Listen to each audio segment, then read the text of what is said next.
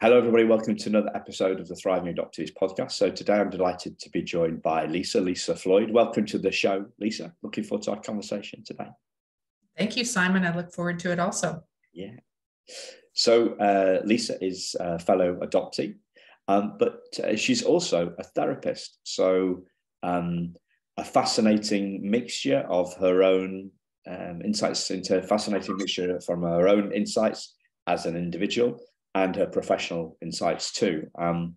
So I'm really looking forward to digging that. And this theme that you came up with, which I kind of jumped on after, as we spoke last time, which was being the hero in our own story.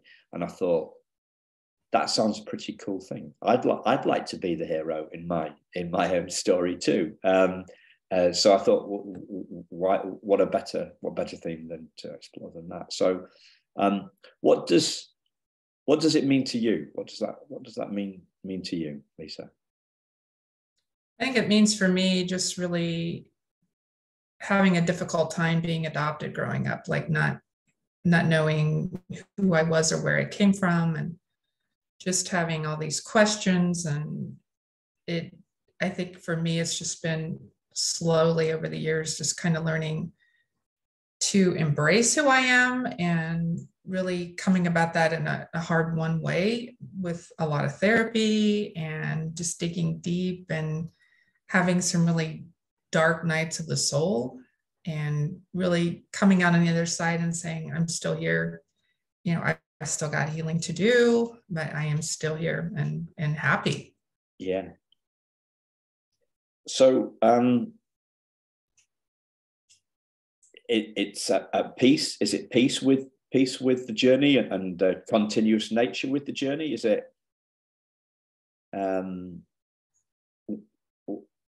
recognizing ourselves as a hero that's been through the tough stuff and come out on the other side? What? Yeah, I think so. I think so, because it's been hard being adopted. It's still hard, but yet, like I said, I've come out on the other side, and I'm helping other adoptees, other people who are suffering and hurting, and that makes a lot of the things I've been through, it helps that, makes that worthwhile. Yeah. Mm-hmm. So to what extent did that the stuff that you'd learned from your own therapy drive your desire to be a therapist?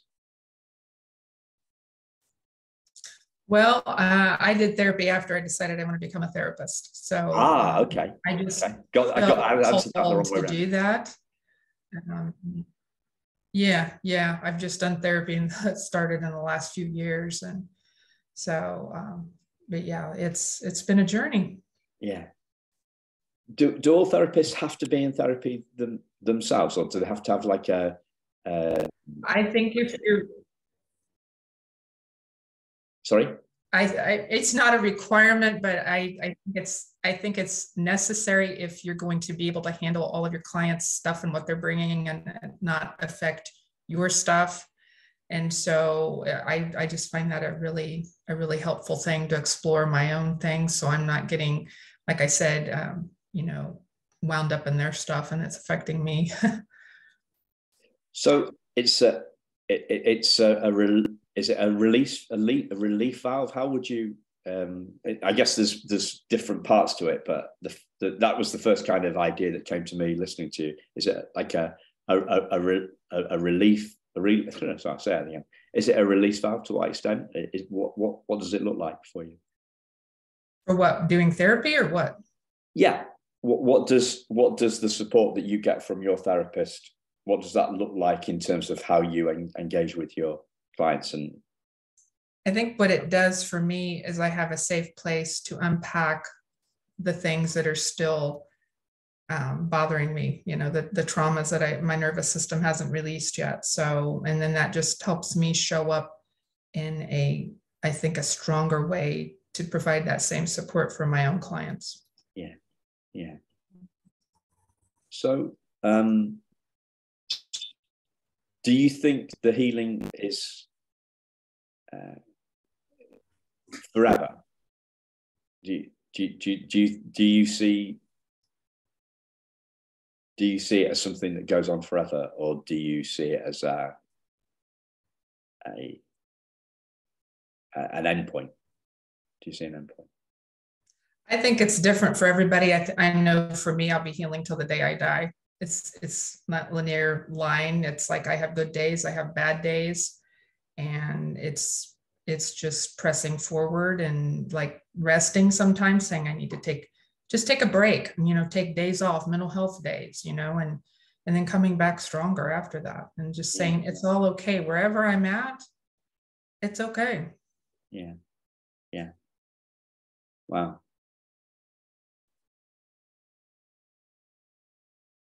What have been the most important things that you've learned along your healing journey so far? That there are really good people out there, and because it's still hard for me to trust people.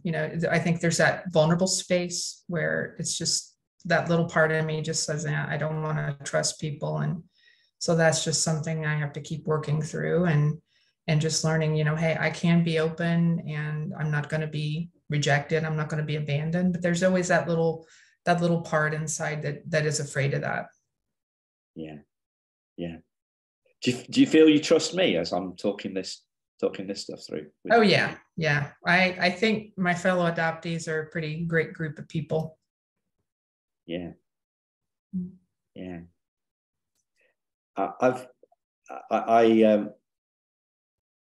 This whole healing thing, I think it means different things to different people. So what does it mean to you? What does healing mean to you?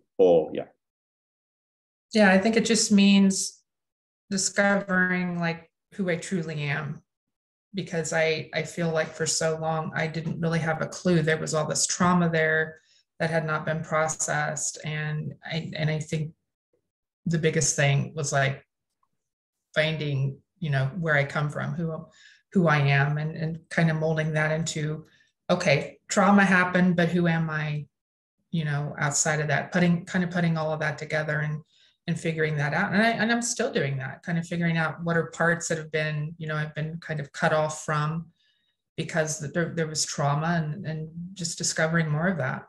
Yeah. Yeah.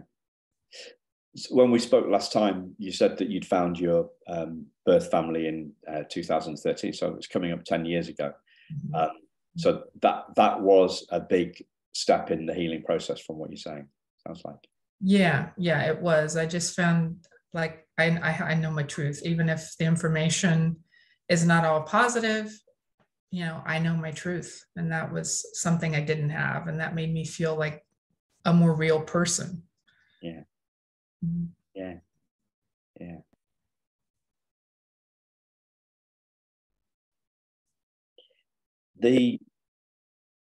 There's a lot of talk about truth and stories and sharing our stories. And one of the concerns I have around this is that if I'd been sharing the story that was running through in my head, like 15 years ago, I would have been sharing a work of fiction, not fact, because I didn't really know who I was, and I was listening to the voice in my head, and the voice in my head was always criticizing me, never really encouraging me. So I see a lot, people talk about sharing the story, and I'm thinking, well, if I'd been sharing my story then I would have just been compounding the truth. Compounding the lies. Does that make any sense? Yeah, because I think I was the same way too. I had no clue who I was. I had good adoptive parents, and yet there was this big hole that I was just kind of shut down. I think dissociated a lot because I didn't know. And it's like there's a hole in your soul until you really you get that information and can start like integrating that into your personality. It's like identity is so important. And I think where they strip adoptees of their, their names, their identities, the altered birth certificates, I think all of that, just creates a lot of problems. Yeah. When we spoke last time, you talked about a place that's, I think you said, never been touched by trauma. Mm-hmm. Mm-hmm. Can you explain a little bit more about that? Yeah, I do something called parts work with my clients, and like maybe some of the viewers have heard of internal family systems. It's inner child work. It's working with those parts of us that, I say there's an inner critic, there might be a perfectionistic part, an angry part. And I just had heard of this concept on another, I'm a podcast junkie. So I heard of this concept of, you have a part of you that's never been touched by trauma. And that to me, when they talk about like self and internal family systems, like that's the part I think of, like, there's a part there that's your authentic self, that I think it's the goal in this work, is trying to get back to that part of you that just is your essence of who you are. And it's such an important part. And I think it's an interesting fact. And when I say that to clients, they love that. Like, yeah, is there really a part that, that I could touch into like that? Yeah. Mm-hmm. That's how I feel about it. So I often talk about this, the diamond in. I've shown you the diamond in the fist analogy. So the diamond is the bit that's not touched, and that's by the trauma, and the clenched fist can't damage. The clenched fist represents the trauma. The clenched fist can't, a clenched fist cannot damage a diamond. It only obscures it. So kind of my view on my view is that part of who we truly are is actually whole. And the seeing that for the first time, we see ourselves as whole. And then for me, the lifelong work is forgetting, re-seeing, forgetting, re-seeing, forgetting, re-seeing, and seeing that more and more of each day. So one view is healing as lifelong, and my view is seeing as lifelong. Curiosity. So we're all whole, we just haven't seen it yet. Then we see it, and then we see it for the first time, which can be a huge relief. It was for me a huge relief. And then it's the sun that goes behind the cloud comes along and obscures the diamond again. And that's and then the sun comes out the other side of the cloud, and then it goes again. And once you've seen, I'm going to switch my metaphor slightly here. Once you know that the sun's going to come up every day, then you're less scared by the darkness.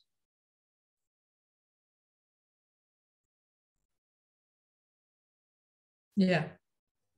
I think what you learn,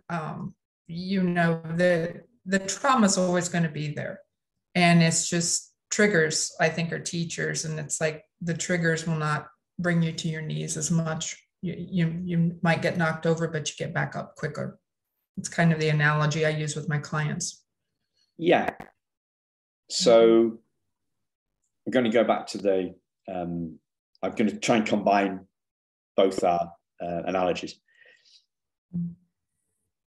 So life has been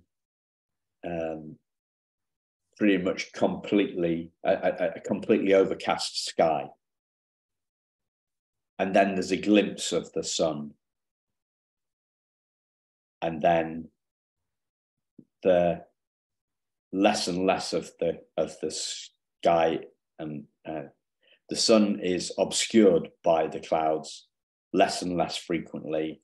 They are, instead of being dark black rain clouds, they are kind of fluffy nimbostratus. I can't remember what, but they're fluffy, paler, thinner, less ominous, less scary stuff. So the trick is seeing the sun in the first time, the first glimpse of the diamond, switching back to the diamond in the fist. If once the fist is fully closed, you can't see the diamond at all. But as we open up one or two of the fingers slightly, you get a glimpse of the diamond. And then when the hand returns to its full natural state, it's fully open, then the diamond is revealed in all its glory.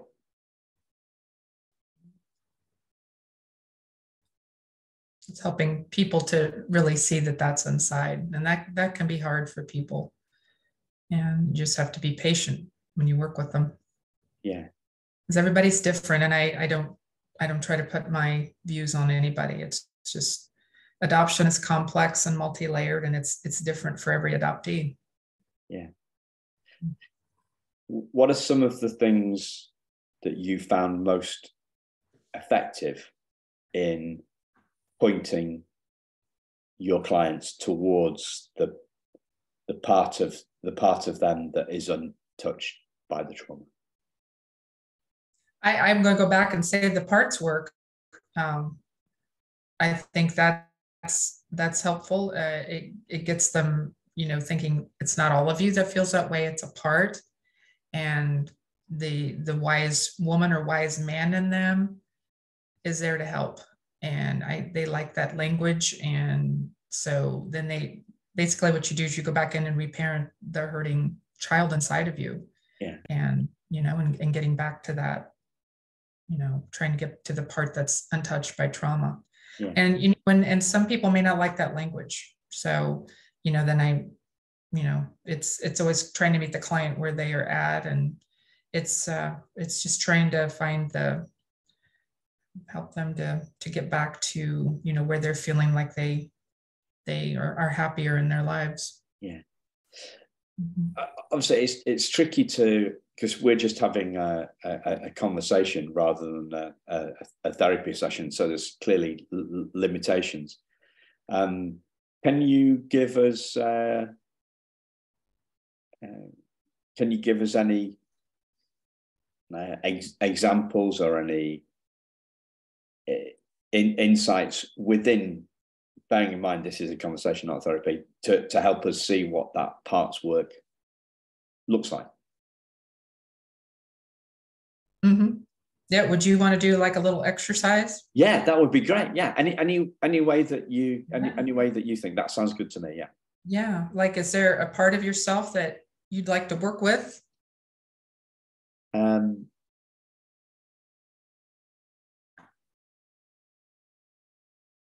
Yeah. So I had a bit of a bust up with a friend on last Friday night, and I thought that there was some. I felt quite an extreme reaction we had a bit of a bust up about a year or so ago, and I thought it was water under the bridge. And then she brought it back. She brought it back up. I thought it was resolved, and she's brought it back up. And I felt it like quite hot. I felt like I was ambushed. I felt that she was ambushing me with something I hadn't seen coming, because it was done a year ago. And I felt kind of like, I felt under attack. I felt that she was ambushing me. And also I felt very frustrated because she wasn't listening. Mm-hmm. She wasn't listening to me. Does that give you enough to go on? Yeah, it kind of sounds like, what I would usually do is like direct you, like, what are you noticing in your body? What sensations do you notice? And let's rate that on a scale of 0 to 10 for the, the intensity of the feelings. And can you connect with that part? It sounds like a part was really triggered. Would you agree with that? Like anger came up? I would say that I would say it was probably a 6 out of 10 last Friday night. And now I'm talking about it, it's a lot milder. I would say maybe 3 out of 10, but it's something that's going on within my, it's a felt experience in my body. I'm feeling a little bit under attack and frustrated and angry and shut down by her, mainly by the fact that she can't seem to see any sense in, she's not seeing it the way that I see it. And why is she bottled that up for a year rather than telling me before now? It's like it feels like a nasty surprise. So there's other people there as well around the table. And how old did you feel in that moment? Sorry? How old did you feel in that moment?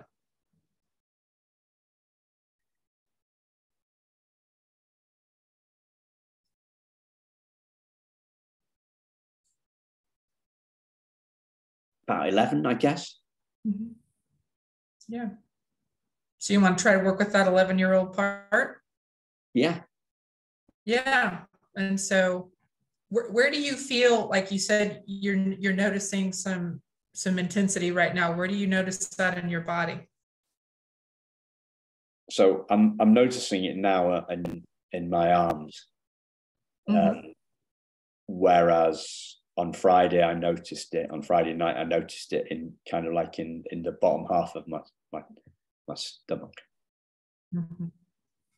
Yeah, and what I'll say is when we're triggered about something that seems, like my reaction to this seems out of proportion to what's happening, that's just your nervous system physiology saying there's something here that needs to be worked out. There's still some trauma there in the nervous system that's causing it to be, out of balance. So it's just like thinking of yourself as that 11-year-old boy. Can you picture yourself then?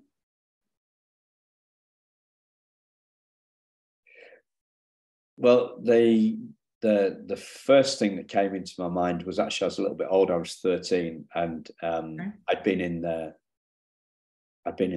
rugby team for a few years at school, and then I got dropped, so I wasn't in the team anymore. And I remember turning away when I heard the decision, and because I didn't want the other kids, the boys, to see me crying. So it was kind of a shut. Yeah, it was a feeling of rejection. I'm not good enough anymore. I used to be good enough, and now I'm not good enough. What's going on? No, not what's going on. Actually, not even as much brain as that. Just a feeling of shut down, left out. Mm-hmm. And I think for adoptees, it's always that fear of abandonment. It's always there in the background. Yeah.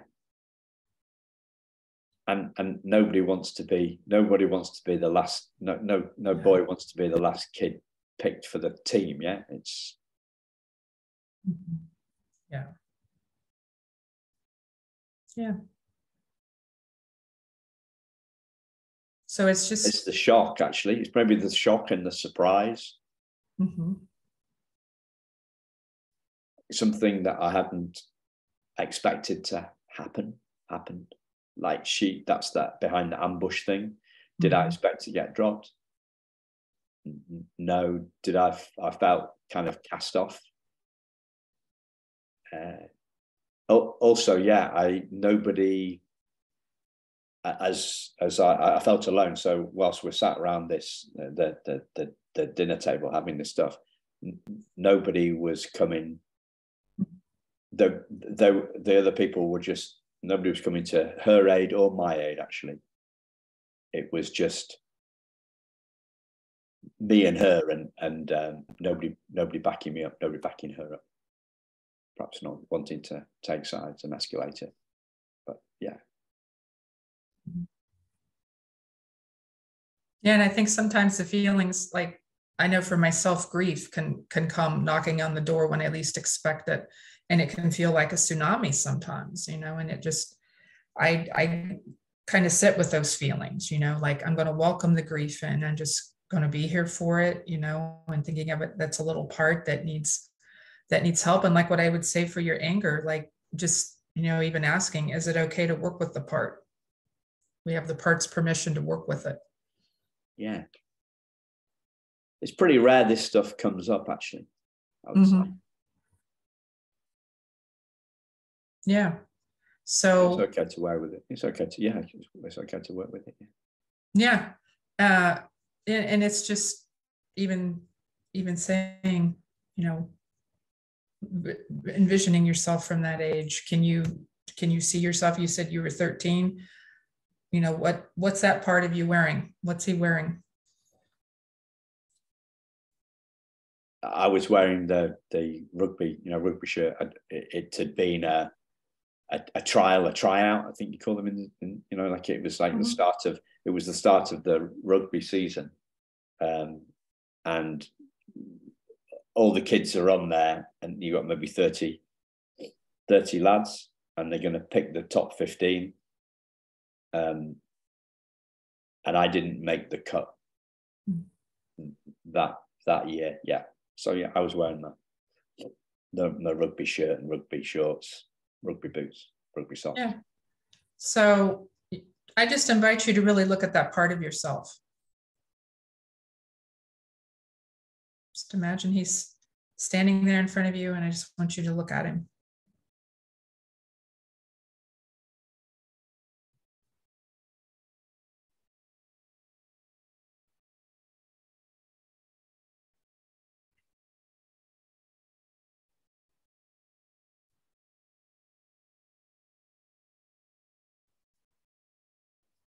All I can see is that bit that I mentioned before about turning away from it. Mm-hmm. So it's the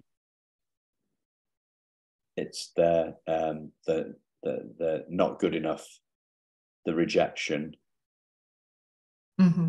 the being dropped, and then there's the tears from that, and then there's the turn away, which is doubling up on the shame, because it's I don't want it. It's boys don't cry. It's an all boy. It's an all boy rugby tryout, right? And we're 13. Some of us are younger 13-year-olds than older 13-year-olds. Actually, that was one of the things, really. So it was September. I'd been in the rugby team in March, and there was some of the other kids were going through puberty perhaps a little bit before me, so I wasn't shaving, but their voices are dropping and they're becoming musclier, more musclier and taller. And maybe I think I'm hearing something like, I'm not looking as strong as some of the other kids. And so I'm not feeling as strong as some of the kids. I'm going in puberty a little bit behind some of those other kids, those other lads. And they're grown up and I'm a little kid and I don't want to be, I don't want, and that if they see me crying, that's going to reinforce this gulf between the older boys who are going through puberty and and younger me who's just a kid, some stuff like that.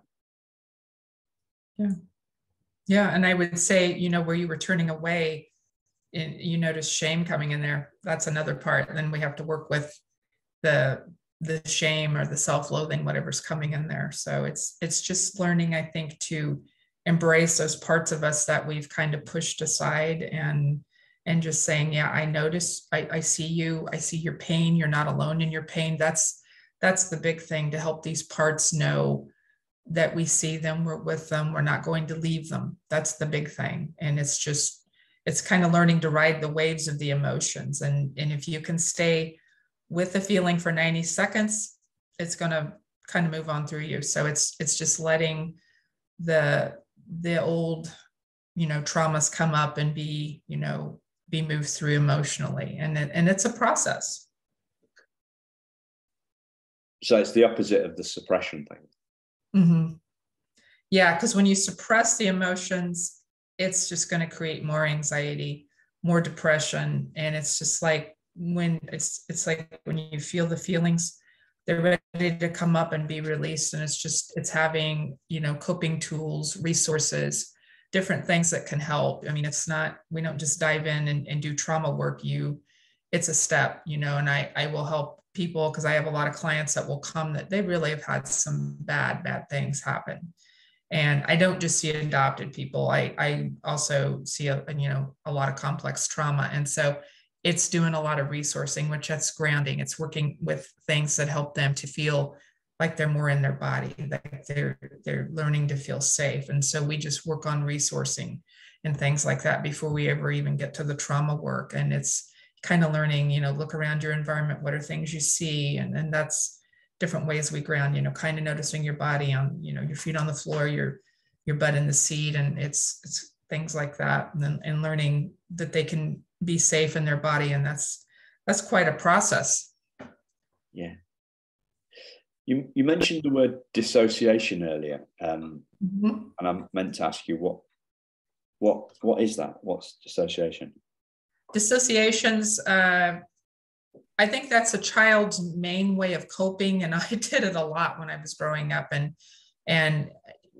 it's where an experience is so hard that you end up, what you do is you leave your body. It's like you might daydream, but when a child has an environment there's too much happening, then a way for them to be able to deal with that is to go someplace else. Yeah. So it's a way of dealing with overload, is it? Yes. So I had a strange thing popped into my head then, is the fact that when I'm not a particularly good driver, right? So I've not got a very good spatial awareness, like judging parking spaces and that sort of stuff, and the length of the car, terrible. And when I'm reversing, if I've got the music on, I have to turn the music off, or a podcast on. I have to turn that off so that I can kind of concentrate on the task in hand. Is that similar to this sort of stuff? Am I talking about, because that's the overload thing? I've got a sensory overload. Yeah. I'm trying to silence the auditory channel while I look at the spatial. Yeah, I think I'm like that too. It's like, I think we try to do too many things in this culture. It's multitasking, and they're proving one thing at a time. Anything more than that, your brain's going to shut down. But like dissociation is like when, like if you're in the car and you've driven somewhere and you don't remember how you got there, just kind of spacing out. That's dissociation. Okay. And dissociation exists on a continuum. It can be all the way like, I don't know how I got from point A to point B, to all the way up to what used to be termed it's dissociative identity disorder. It used to be multiple personality disorder, and that's where people have different personalities inside of them. Yeah. So how does this process reveal the hero, us as the hero of our stories, do you think? What are you talking about? How does this process? I'm trying to draw I'm trying to draw those two things together. I'm seeing a process and this parts work that you kindly helped me experience through this exercise. I'm seeing that, and I'm seeing this great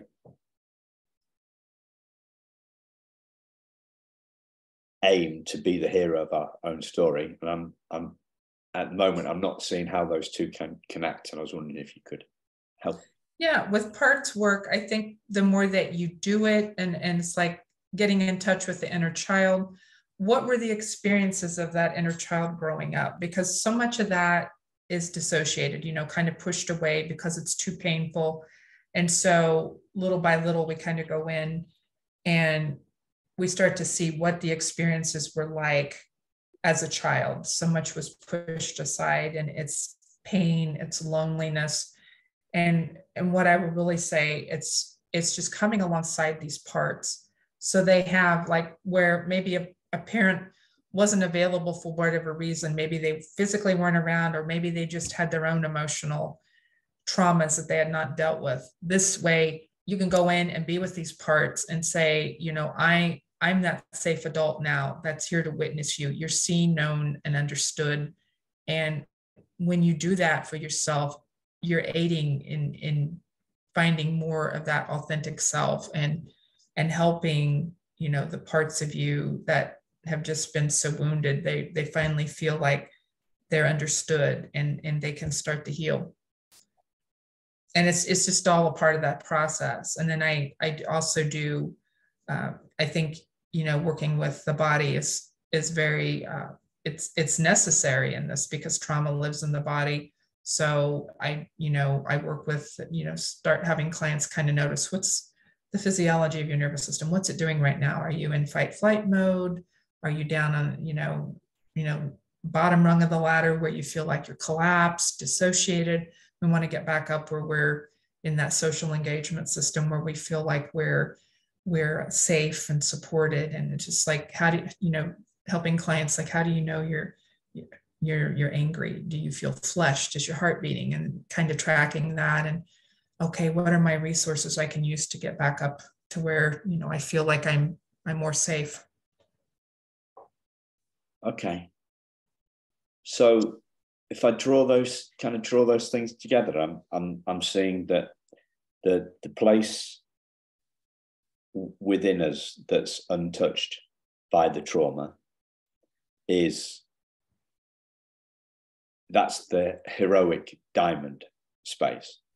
Mm-hmm. And the parts work is essentially we're dealing with the muck that is, Yeah. and the fist that is obscuring the hero, the diamond, the essence of us.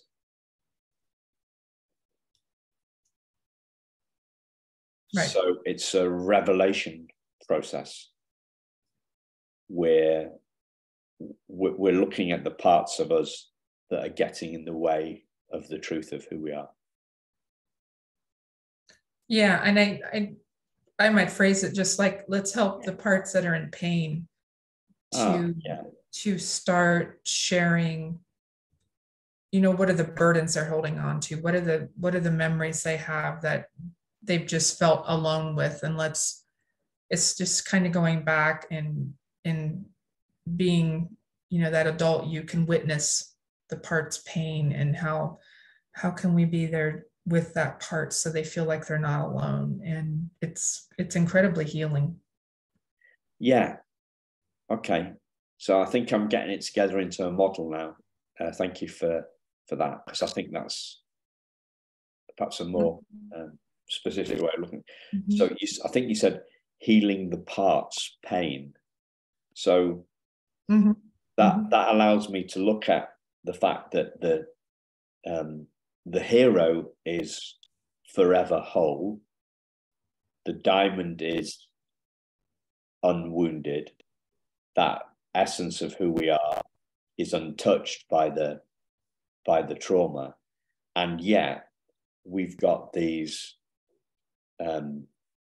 pain bodies. If we were reading Eckhart Tolle, we're talking about the pain body, but you're talking about you're using this parts analogy, which allows us to look at the separate parts rather than one amorphous blob of trauma. So you're breaking the trauma down into its constituent parts, which makes it's a bit like people say, how do you eat an elephant? And they say, one bite at a time. Mm-hmm. So you said that trauma lives in the body, and I had a conversation about it. I did a little live on this last week, actually. I was talking to a fellow adoptee, and she was referring to the book, The Trauma Keeps the Score. Mm-hmm. Is that Bessel van der something? Bessel van der Kolk, yeah. Van der Kolk, yeah.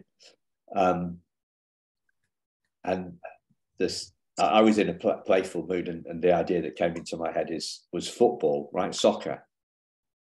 So the body keeps the score. I was thinking scoreboards and soccer, and it's World Cup here at the moment. Well, World Cup in Qatar at the moment. And I came up with this idea that it was Trauma 1, Adoptees United 3. Mm-hmm.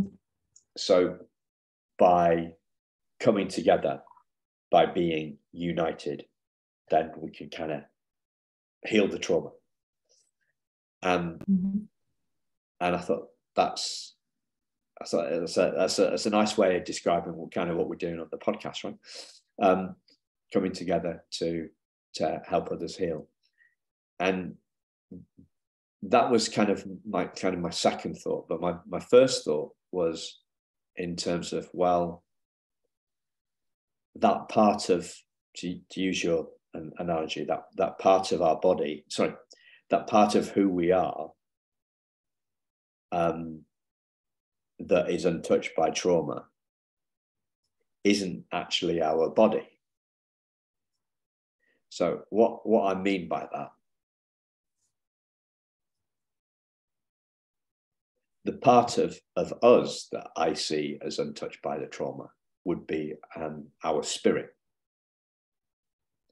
or our, some people call it different things. So some people call it consciousness, some people call it spirit, some people call it life force, some people call it life, some people call it energy. But if we stick with the spirit thing, spirit idea, the spirit metaphor, spirit is kind of like wind.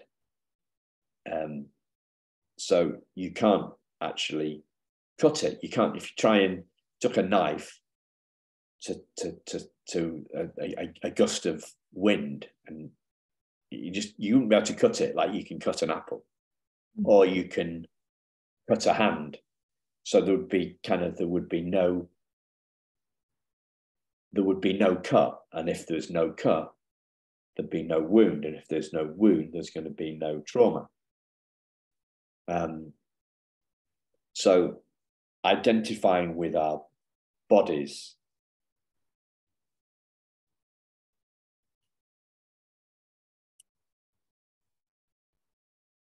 allows for all this stuff. But stepping back from who we are as our bodies to the spirit essence that we truly are is kind of like stepping back from the trauma. It's like, so we're going from the foreground into the background of experience. And as I was saying this, I'm thinking, does this make any sense at all to Lisa? Does it make any sense to you? It does. It does, yeah. And that eases the pain somehow for me. Yeah. So one of the little things I saw on this a few months ago, and I think I probably mentioned it on the podcast, is, so I swim, right? So I'm swimming, and if the water's choppy, I'm being thrown around, and my body's having a tough time. So the body's in trauma. That's what I'm saying. The body's in trauma. The body's having a tough time. My mind's thinking, why are all these other swimmers in here churning my pool up? You know, it's a bit selfish, is the mind, and it expects a nice personal swimming pool. For my £20 a month, I'm expecting a personal swimming pool, which is completely unrealistic, isn't it? You can't have your own swimming pool for 20. You've got to share it with other people. So my mind's going a bit haywire, and got all this stuff coming on. Why are they in my way? Why didn't they? Why didn't I come earlier in the day? Why didn't they come later in the day? So that's the mind doing it. And then the other bit of me, the bit that's untouched, is the guy that sat on the chair, on the little platform up a ladder that's 8 foot, like a lifeguard's chair, that's 8 foot above the pool. And that part of me can't see the body being thrown around, because the waves aren't really that bad. Can't hear the voice in my head that's complaining about the fact that my body's being turned around, and the endless chatter that goes on in my head, and that lifeguard can't see a problem, doesn't see the need to jump in and save me, because the water's just a bit turbulent and my brain's going a bit haywire. But that's the life, and so that's a kind of like a stepping back and observing.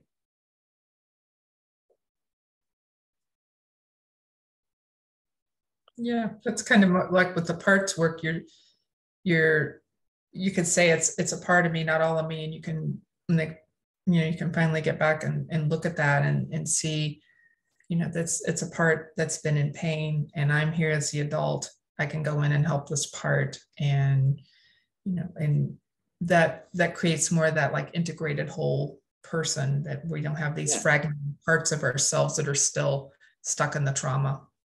So maybe it's those 3 steps then, or maybe it's just 2. It's like the parts work is the bit in the pool where we're actually, instead of getting out of the pool because it's too busy, or suppressing the emotions because they're too hard, we actually keep swimming. So rather than avoiding them, or and the other way, when we think of coping mechanisms, a lot of people say, okay, well, eating, drinking, overeating, drinking alcohol, cigarettes, drugs, retail therapy, that's another thing. So like instead of instead of an alternative to suppressing the emotion would be getting out of it and trying to numb it with something else. We actually stay in the pool. We stay doing the parts work. And then we look at what's going on in the mind, but until we can then step back to the lifeguard position, where we're saying, okay, I know your body's being thrown around, but that's okay. I know your hair, I know your head is going, the chatter in your head is going 10 to the dozen, but that's okay. I've resolved some parts work. I've resolved some inner critic work, and I'm the lifeguard in, and I'm safe. Right. Yeah. Whereas some other stuff may be dissociating it. If you don't go through the steps, you're just dissociating. You're numbing it down. That's why you've got to kind of do the work, rather than what do people call it, spiritual bypass, just ignoring it. Yeah, and it just brings more suffering in when you ignore it too. So that's not good. It's not good.